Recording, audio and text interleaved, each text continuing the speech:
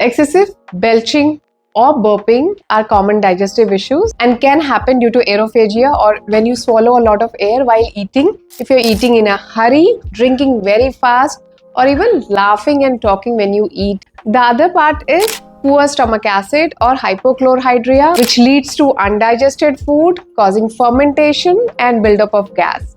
Constipation and anxiety are also causes for belching and burping. How to fix it?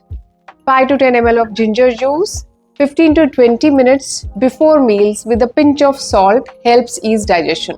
Hingvashtak Churna, which is an Ayurvedic formulation, half teaspoon mixed with ghee with the first morsel also helps release excess gas.